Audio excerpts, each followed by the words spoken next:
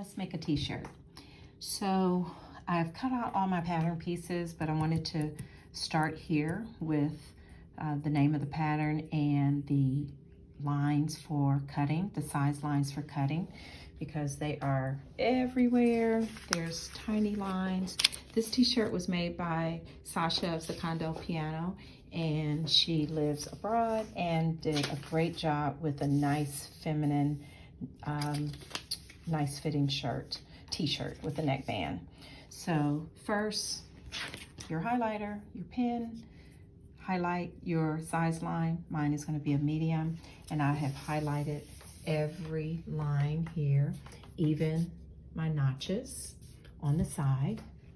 Okay, here's an interesting notch for the neckband, and here's a double notch on the back side, and these two pieces are cut on the fold. So I kind of added those because that's not the language she uses. Okay, here's the sleeve. I drew my highlighted lines. Here's a single notch for the front part of the sleeve and a double notch for the back part of the sleeve. Guys, if you notice, there's a single notch in the middle, but it's really not the middle because there is more room on the back side of a sleeve than there is on the front side. So just take note of that, and that's universal in all sleeve construction. And then here's the neckband. And what I've done is I have highlighted the notches that I'm going to use. I'm going to use this shoulder seam notch. Here's those same 4 notches that I showed you here. And I'm going to use the center front notch for my size, the shoulder seam notch for my size here, and the center back notches for my size here. And here's my size. Okay, so let's get started. So I get a lot of questions if I cut the pattern out first before putting it on the fabric, and yes, I do. And I find it's easy to cut patterns with a rotary blade. It just provides some accuracy. And I have a paper rotary, and I have a fabric rotary. So you'll still see me cut separate with my fabric. So I'm just cutting out my size line. So before we get started cutting the pattern, let's talk about your marking tools. Test whatever fabric you have. Test to see what marking tool is going to work on your fabric. Here's a white chalk. Here's a regular ink pen. That works. And here's a white marker. That may not work. So I think I've got another piece of chalk. Let's get that one. Let's see if it'll work. I think this is my old standby right here. There we go. Okay, so we'll use that to mark all of the notches. You can snip them if you like. This pattern is a 3/8 inch seam allowance, so you don't want to snip too close, so we're going to use chalk instead. So let's place the marks on the neckband, since we've got a decent piece of chalk that this fabric will tolerate. The neckband is a cut 1, okay, and since it's on a straight line, it's got a fold line in the middle. It folds over this direction. It was cut on this grain, and here are the notches. On this particular shirt, you have a shoulder seam, you have notches here just to match up, you have a center front medium here. Size is medium, so there's a center front line there. Here's a shoulder seam for the medium here, and here is a center back notch, which is double notches for the back. Okay, so there's center back medium, shoulder seam medium, here's center front medium, and here's shoulder seam, and the neckband gets stitched like that and folded over. Okay, so there's a fold line right in the middle. All right, so we want to make sure these marks stay. So after I've marked on one side, I want to fold up and mark on the other side, just making sure I get it. And there's that. There's that one. Because when you fold it, you want to make sure your marks show up on the same side. There's one here and double notches here. Okay, so we're going to do the same thing on the sleeve and the armholes. So there's a single notch here, double notch here. So I'm going to mark. So mark all the notches before you take the pattern pieces away. So if you've selected fabric where there's no big difference between the inside, meaning the wrong side of the fabric, because it is a t-shirt knit, and the front side, go ahead and put marks all over the wrong side. So during construction, you'll have a clue as to what your wrong side of the fabric is. So do all of your pieces this way. Just a little tip. Take a piece of chalk or stickers. You can also do stickers that just indicate this is the wrong side of my fabric. So I am ready to sew the shoulders together for the t-shirt. I've got the front and the back right sides together. And if you notice, I put a tape or a sticker on my wrong sides because I can't tell the right or wrong side of this fabric. I decided when I folded it and cut the pattern out, so I want to continue to mark it just to make sure and keep up with it. You can imagine how your orientation will get messed up when you're putting a garment together. I did the same thing on the sleeve piece. And for the neckband, I want to show you this. Because I want to keep up with my notches and the direction, I'm going to keep the pattern in front of me until I get done so I can be reminded of what notch is what. Okay, so I'm clipped and ready to sew. This pattern calls for stay tape to stitch across the shoulders. So when you're working with knits, and you guys have seen some of my videos of working with knits and stretch, 2-way versus 4-way, there are areas of your garment that do not need to be stretched all the time, and the shoulder area of a t-shirt is one. So as you're wearing a t-shirt, putting it on and off, this area doesn't need to stretch. The neck needs to stretch to put it on, and the rest of the garment will hang nicely. So what I'm going to do, instead of using stay tape, I'm going to use a piece of cotton in a more decorative way, and I'll show you that when I'm done. So I'm going to use a straight stitch, and kind of the rule you could adopt is a straight stitch where it's not necessary that you need stretch. A zigzag will be used around the neckband to put the neckband on because there will be continuous stretch during wear.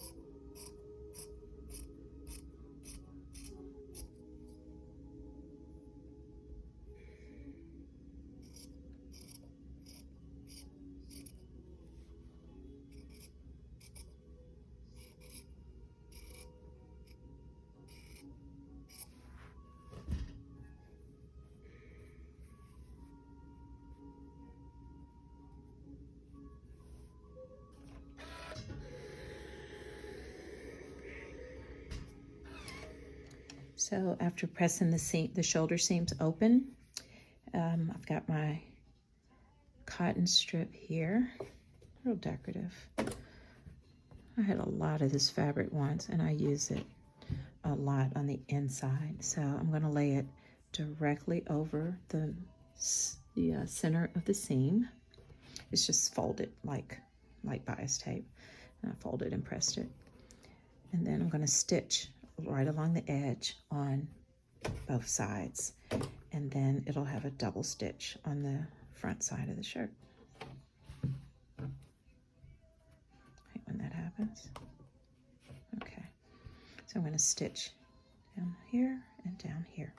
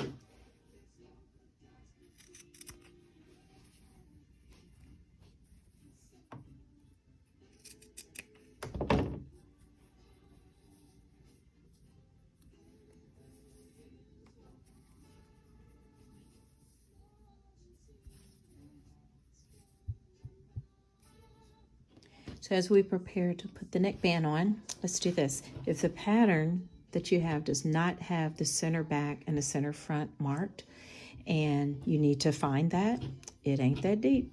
Just put the seams together and find the middle. Just like that. And you can either put a clip or a pin right there. There's my center back. And here's my center front.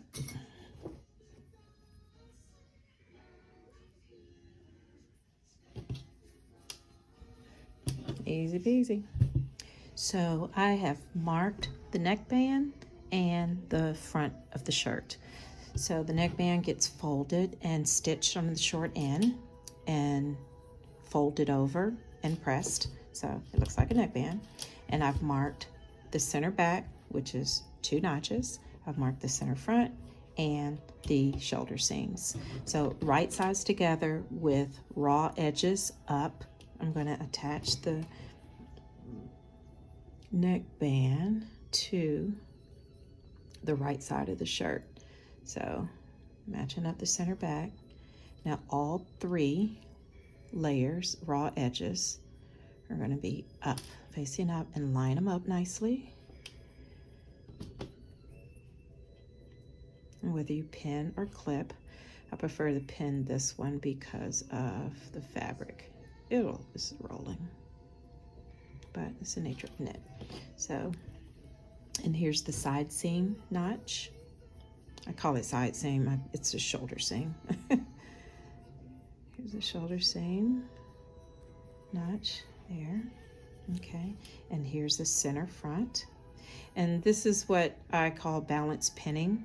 Just do all 4 corners first, all 4 notches. Even when I'm making a dress or a pants, I pin the notches first because that anchors your piece down. So get this one here, right on the shoulder seam. Okay, and then you have 4 sides, and if you're able to look at it, you'll see the stretch is pretty much even on all 4 sides. So now here's the magic. What you're going to do is, you see there's stretch. The neckband is smaller than the actual neck opening of the shirt. So what you want to do is stretch the neckband only. Stretch the neckband only. Don't overstretch it. And make sure all 3 layers are even. Stretch till all 3 pieces are laid down evenly, not overstretching, and pin right in the middle. And go around, do the same thing to every side. Stretch and make sure, yeah, you got to do this with just your hands. If you had somebody handy, you could probably get some help. Stretch it and they would find the middle for you. Call it stretch, pin in the middle, stretch, pin in the middle. That's what you're going to do all the way around. And this area is where you're going to use the zigzag stitch, by the way. See, stretch. All 3 layers are laid down even. Stretch, pin in the middle. And when you do this, you should have 8 pins because you have 4 pin spots. You have 4 to begin with.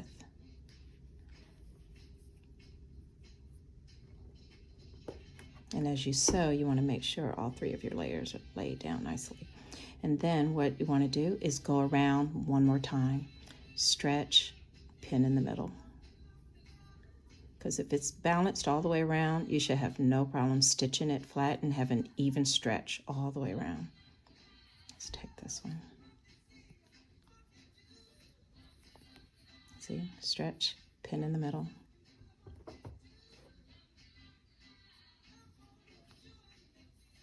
Stretch, lay it down nicely. Only stretch, you're only stretching the neckband.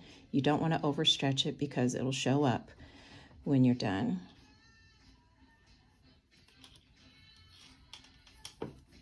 stretch, pin in the middle.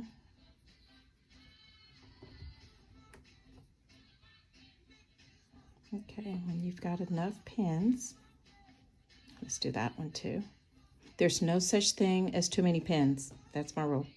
So however many pins you are comfortable with, making sure that your pieces are secured and ready for you to sew. If you need another pin, put it in there. Okay, so that's how your neckband should look. And as you're stitching, you're going to stitch a zigzag, start at one pin, stop at the other pin, take it out, and make sure it's laid down nice and flat, all 3 layers. Stitch to the next pin, stop, stitch to the next pin, stop, and stitch all the way around. So I switched the camera position so you can see how I'm stitching and making sure each layer is laid down evenly as I come to the stretch.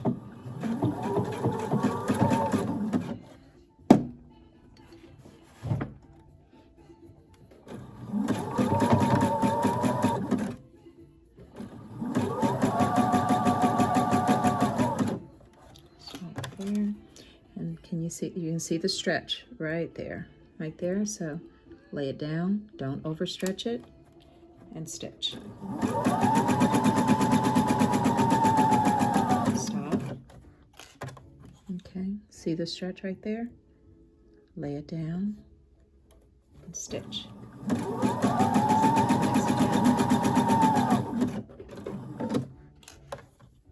Okay, see? Same thing, do this all the way around.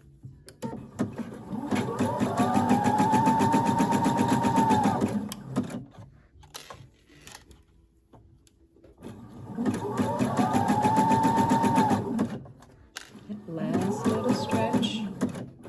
Around the end.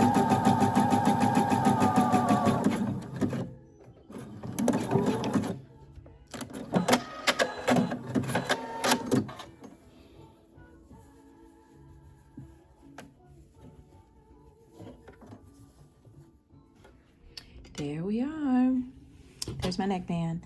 And if you have a serger, even though you zigzag stitched it, you can serge your edge. I just trim mine down because I'm going to put a label right there.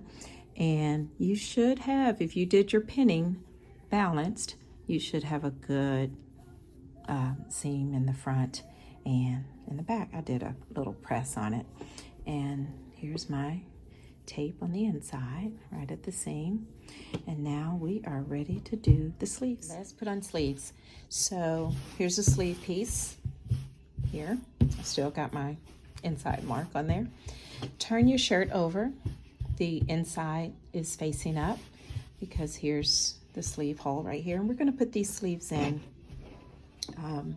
with the shirt flat instead of setting it in a circle. Okay, so let's put this one over here. All right, so here's a sleeve, and here's the back, and here's the front. We got the double notches here on the back of the shirt. We got the double notches here on the back of the sleeve. Got the single notch here that goes with the shoulder seam, and you got a single notch here that goes with the single notch of the shirt. So let's line those up first.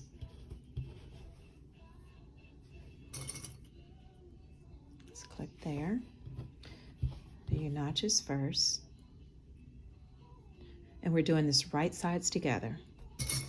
So I'm looking at the wrong side, but I'm pinching up so they'll sit in the right side. And do the edges.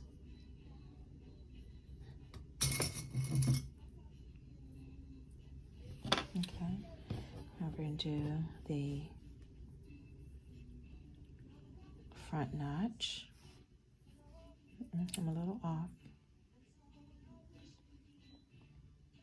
And just go ahead and pin in or clip in your sleeves, and you're going to stitch them the same way. You can do a zigzag if you like. And you know, when we talk about the fabric using a zigzag or a straight stitch, sometimes you can make a determination based on the fabric, the thickness of the fabric, how dense it is. If it's a really light t-shirt fabric, I would use a I could use a zigzag or a straight stitch here. It doesn't have to stretch that much. So I am going to use a straight stitch on these sleeves. So you see, I've got my sleeves clipped in. Oops, missed one. And this sleeve should fit very nicely. Not much easing, but if you just lay the edges down without much stretch, each layer should fit. Okay.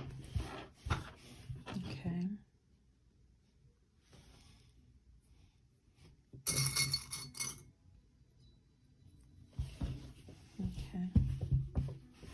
And this sleeve, we're going to stitch here, pin the other sleeve in, and stitch both in. And then after we stitch the sleeves in, we're going to turn up the hem and stitch. We got a t-shirt. So we've got the sleeves on. I stitched down the side seams, and let's hem. So we are going to use a twin needle on the hem so to have a real nice finish. I'm not going to use a serger on it. Some sergers and cover stitch machines, if you have one, will do a very nice hem. Put it in there and it has this beautiful hem, it cuts and all that. So, but for the regular home sewing machine, I'll show you use your twin needle, which most twin needles come with a sewing machine. If not, just get one. They're in the craft stores where you get your regular needles. So here's mine. Sure. And I'm going to do red thread. Okay, so I've already pressed my hem, and my hem is right at an inch hem. Where am I? Okay. Once you thread your machine, and all machines are different, so I have an actual twin needle setting. If you don't, it should be normal. You put your twin needle in just like you would put another new needle. And I've got 2 spools of thread set up. Here's my regular thread spool that's sitting vertical, and here's a horizontal thread spool for my second, and both threads are threaded through the machine like normal. And let's keep our camera straight. Okay. And then you just sew.